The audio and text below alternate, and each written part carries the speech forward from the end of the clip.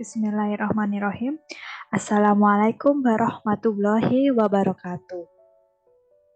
Perkenalkan, nama saya Profil Siti Solikah. Di sini saya akan memaparkan pameran perayaan akhir perkuliahan untuk sebagai tugas mata kuliah pemahaman tentang peserta didik dan pembelajarannya.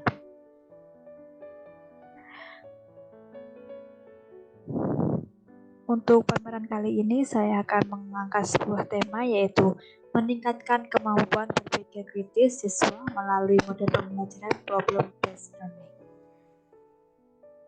Yang pertama itu desain dan hasil assessment. Di sini sebelum saya melakukan sebuah pelaksanaan pembelajaran, saya melakukan yang namanya profiling peserta didik.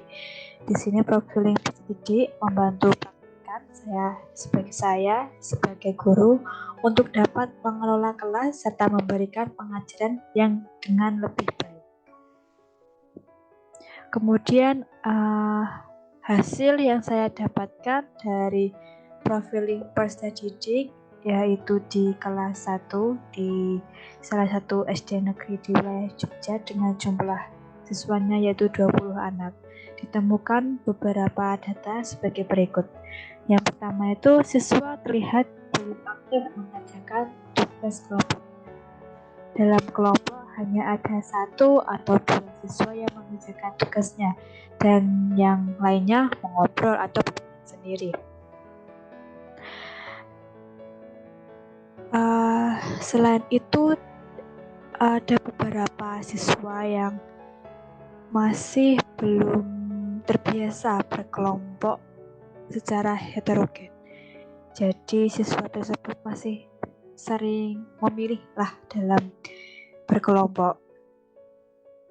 Data yang berikutnya yaitu sebagian siswa tidak dapat mengungkapkan pendapatnya sendiri dan siswa yang berkemampuan akademis rendah cenderung pasif selama pembelajaran. Kemudian yaitu perangkat pembelajaran. Setelah saya melakukan profiling peserta didik, kemudian saya dari profiling tersebut, dari data tersebut, saya rancang sebuah perangkat pembelajaran agar sesuai dengan karakteristik siswa dan kebutuhan siswa itu tersebut. Jadi RPP yang dibuat itu mengacu pada hasil asesmen guna memfasilitasi pembelajaran dengan dikaitkan karakteristik kelas siswa. Berdasarkan data tadi yaitu siswa belum aktif, kemudian sebagian siswa juga masih ragu dalam mengungkapkan pendapatnya. Di sini saya memilih model pembelajaran problem-based learning untuk meningkatkan kemampuan berpikir peserta didik. Dan apa saja sih yang saya buat? Yang pertama itu ada modul ajar, bahan ajar, KPD. Di sini saya juga menggunakan media pembelajaran. Pertama itu saya membuat PowerPoint interaktif untuk membantu saya sebagai praktikan dalam melaksanakan pembelajaran. Dan di PPT tersebut saya juga memuat video lebih ke lagu berupa Garuda Pancasila. Selain itu saya juga menggunakan media konkret yaitu papan simbol Pancasila. Dan perangkat pembelajaran terakhir yang saya rancang yaitu instrumen penilaian.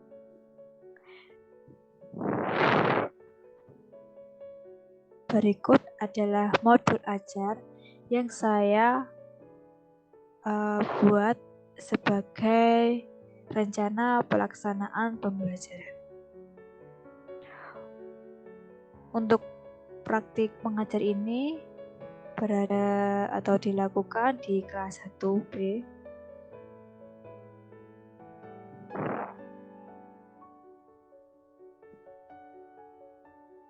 Di sini saya memilih mata pelajaran PPKN, di mana materinya mengambil dari unit 1 yaitu Aku Cinta Pancasila dan dilaksanakan 2 kali 35 menit.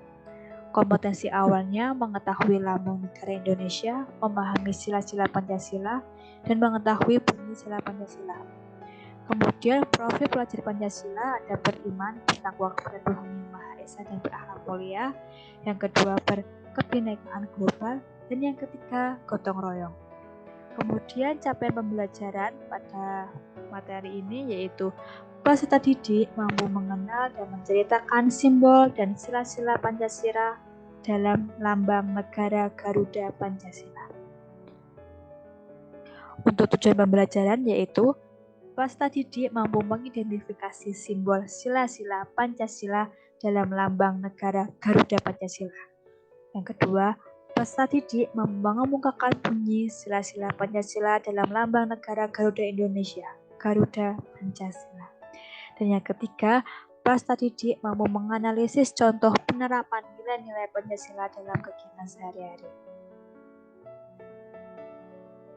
Untuk pendekatan, model, dan metode pembelajaran, untuk pendekatan sendiri saya menggunakan scientific approach. Kemudian model pembelajaran yaitu PBL atau problem based learning yang terdiri dari langkah-langkahnya sebagai berikut: orientasi peserta didik pada masalah, mengorganisasikan peserta didik untuk belajar, membimbing pendidikan individu maupun kelompok, mengembangkan dan menyajikan hasil karya, menganalisis, mengevaluasi pemecahan masalah. Sedangkan untuk metode pembelajaran di sini saya menggunakan diskusi, tanya jawab, ceramah, dan penugasan. Untuk media seperti yang sudah saya paparkan, yaitu saya menggunakan PowerPoint dan saya menggunakan lagu Garuda Pancasila. Selain itu untuk media konkret saya menggunakan papan simbol Pancasila.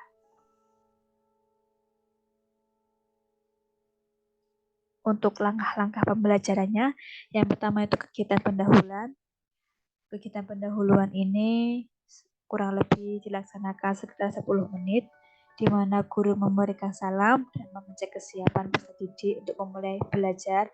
Kemudian guru juga memberikan kesempatan kepada peserta didik untuk memilih doa, yaitu mengecek kehadiran dan peserta didik menjawab pertanyaan pemantik dari guru, di mana pertanyaan pemantik ini terdiri dari apalah negara Indonesia, apa yang kalian ketahui Pancasila, apakah pernah mendengar pembacaan teks Pancasila.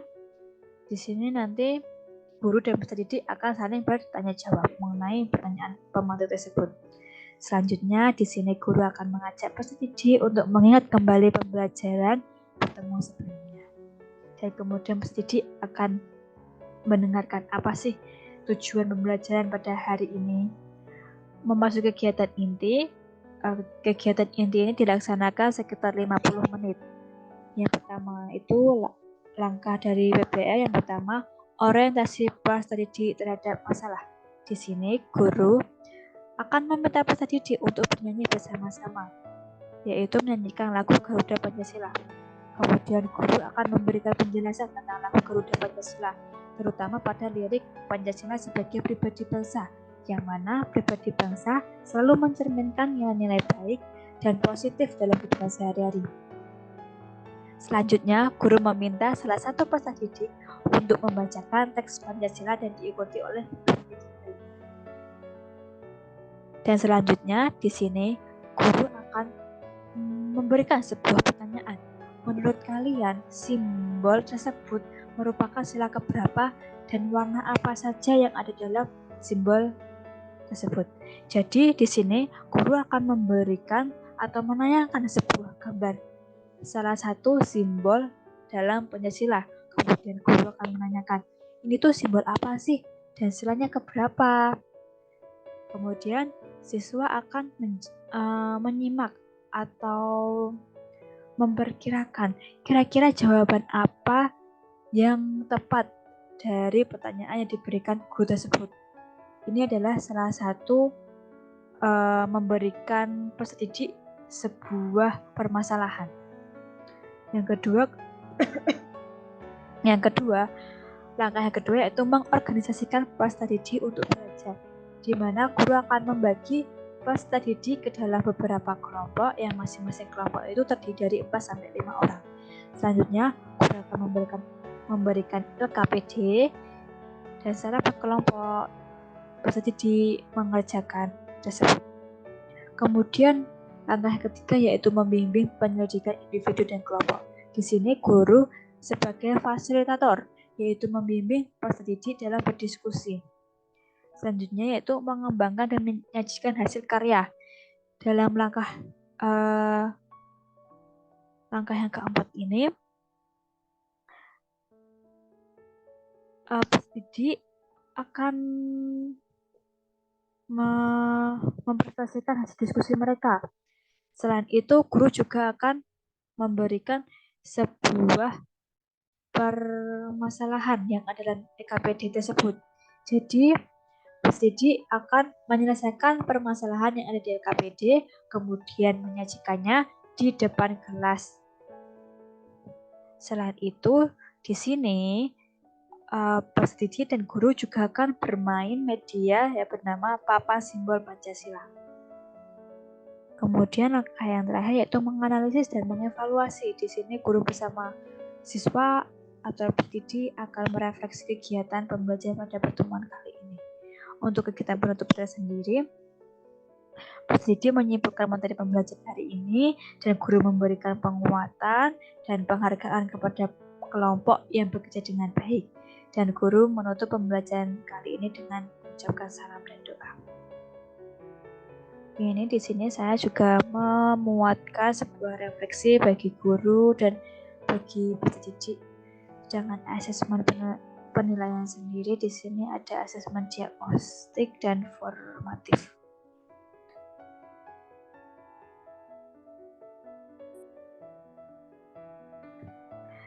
Selanjutnya di sini saya akan sedikit memaparkan bahan ajar.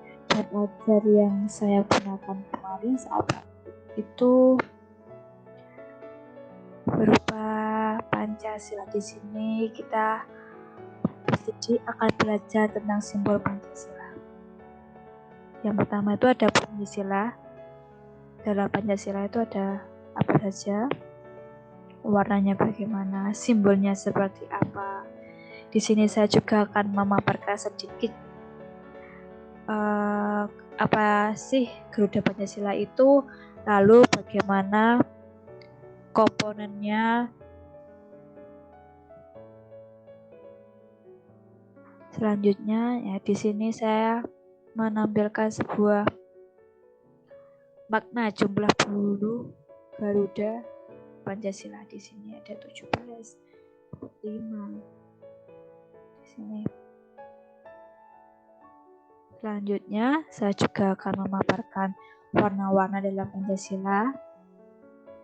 Warna hitam itu di bagian apa saja, contohnya di kepala banteng, itu terdapat warna hitam. Kemudian warna merah itu berada di mana. Di sini saya juga memaparkan simbol Garuda Pancasila. Yang pertama itu bintang tunggal, maknanya itu seperti apa. Setelah kedua, rantai emas, maknanya.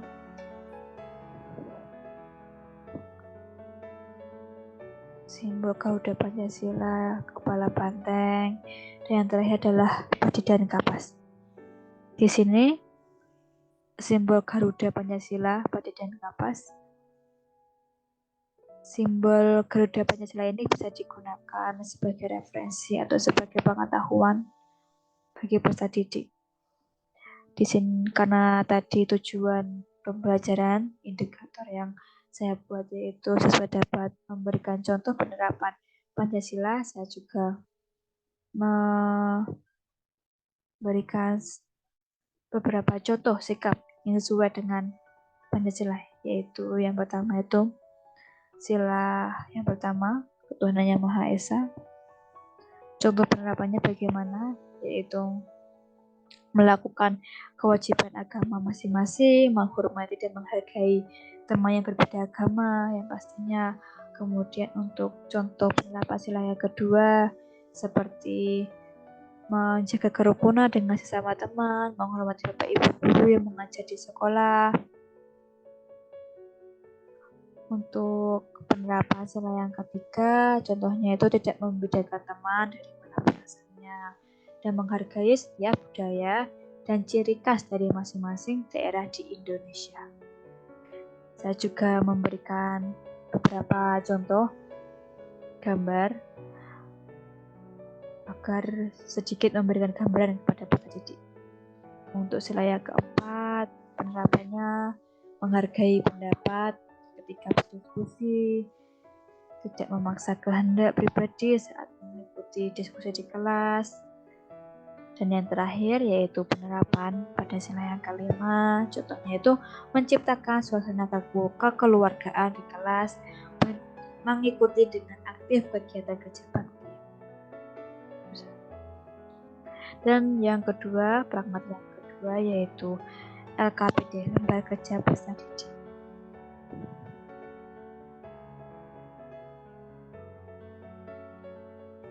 Ini adalah LKPD yang pertama, di mana di sini peserta didik akan mencocokkan warna bola dengan simbol Garuda Pancasila.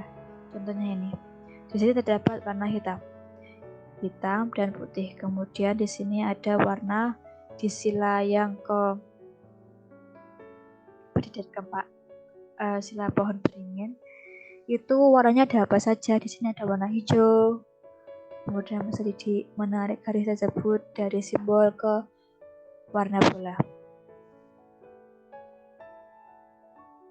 Dan untuk LKPD yang kedua, di sini peserta didik akan diminta untuk mencocokkan simbol dengan bunyi teks Pancasila.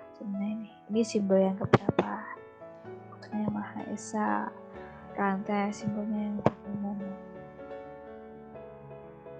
Kemudian peserta didik akan dibantu dengan media pembelajaran yaitu PPT, memudahkan guru juga dalam memberikan materi atau pemahaman yang lebih kepada peserta didik.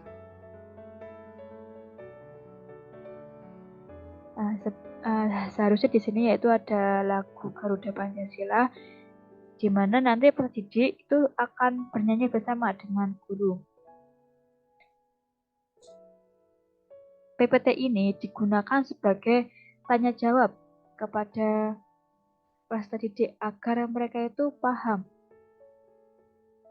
apa ini simbol dari sila yang keberapa, bunyinya bagaimana, warnanya seperti apa. Dan dalam praktik mengajar, guru juga akan meminta salah satu peserta didik untuk menghafalkan. Siapa yang hafal Pancasila untuk maju ke depan untuk memaparkan bagaimana bunyi sila. Ini contoh sikap penerapan dari sila-sila Pancasila yang saya gunakan. Gambar-gambar ini saya gunakan untuk tanya jawab, untuk memberikan pemahaman kepada peserta didik.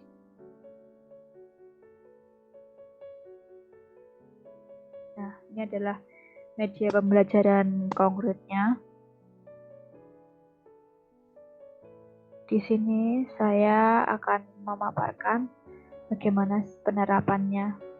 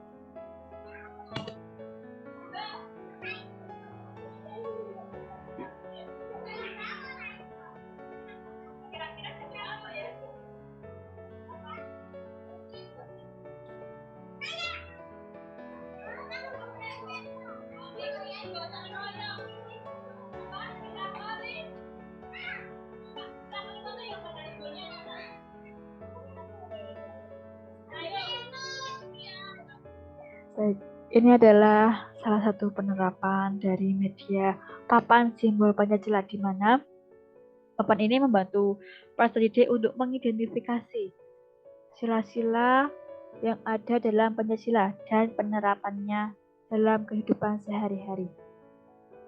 Di mana nanti di salah satu ini di sini itu terdapat gulungan kertas yang berisikan bunyi dari sila Pancasila dan juga contoh penerapan sila-sila dalam Pancasila di kehidupan sehari-hari. Ketika peserta didik mengambil satu gulungan, kemudian peserta didik akan membacakannya. Contohnya peserta tersebut mendapatkan tulisan Ketuhanan Yang Maha Esa. Maka Ketuhanan Yang Maha Esa itu termasuk simbol berapa dan bagaimana, termasuk sila keberapa dan simbolnya bagaimana. Kemudian peserta didik akan memasukkan ke tempat yang sesuai dari gulungan atau tulisan yang ada di gulungan tersebut yang sesuai dengan simbol tersebut.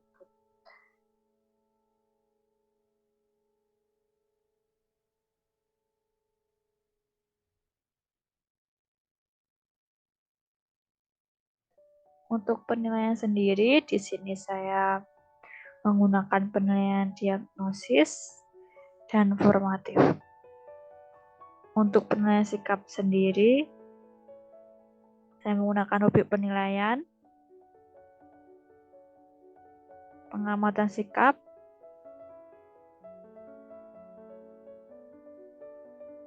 dengan penilaian observasi. Sedangkan untuk keterampilan sendiri, bentuk penilaiannya, instrumen penilaiannya berupa rubrik di mana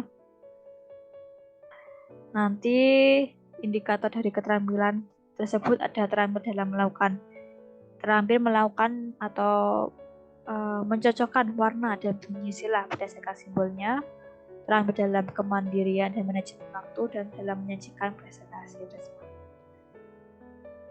Sedangkan ini adalah penilaian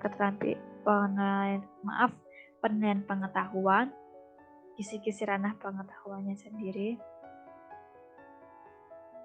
Untuk penilaian pengetahuan, saya menggunakan tes tertulis, yaitu pilihan ganda yang terdiri dari 15 soal. Dan yang terakhir yaitu ada penilaian sumatif.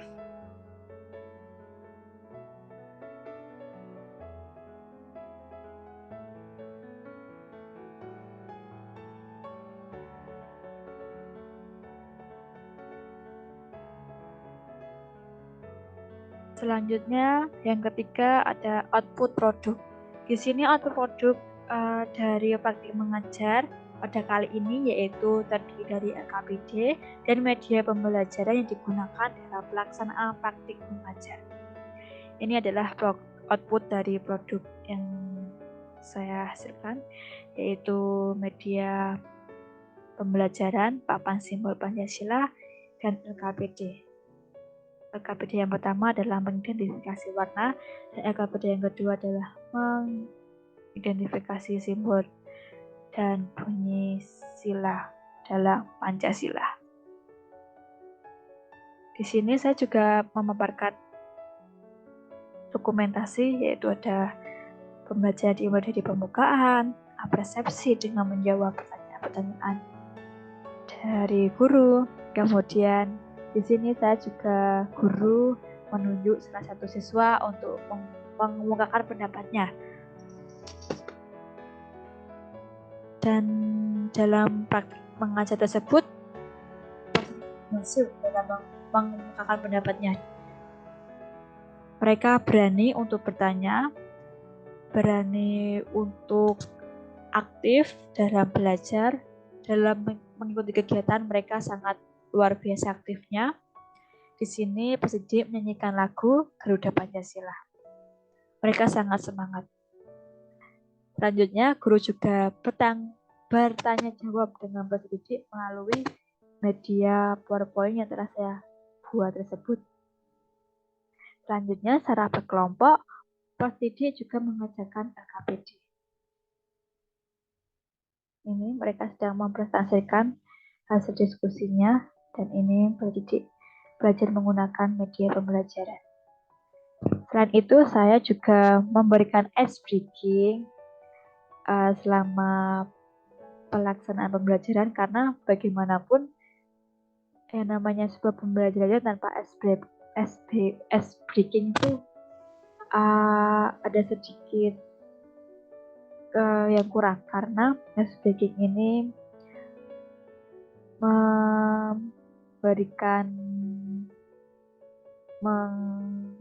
meningkatkan semangat belajar peserta didik lebih, sehingga peserta didik itu tidak bosan saat belajar. Jadi saya menyelingi dengan SPG. Dan yang terakhir itu penutup. Jadi, sebagai seorang guru, pasti dalam belajar itu harus dalam membelajarkan, mendidik seorang anak itu harus dilakukan dengan sepenuh hati. Selain itu, guru juga harus berinovasi dalam pembelajaran, berinovasi menciptakan pembelajaran sesuai dengan kebutuhan, sesuai dengan karakteristik peserta didik, dan sesuai dengan zaman. Dari saya, kurang lebihnya mohon maaf. Saya mohon maaf atas banyaknya kesalahan saya dalam memaparkan pameran ini. Saya cukupkan, saya akhiri. Wassalamualaikum warahmatullahi wabarakatuh.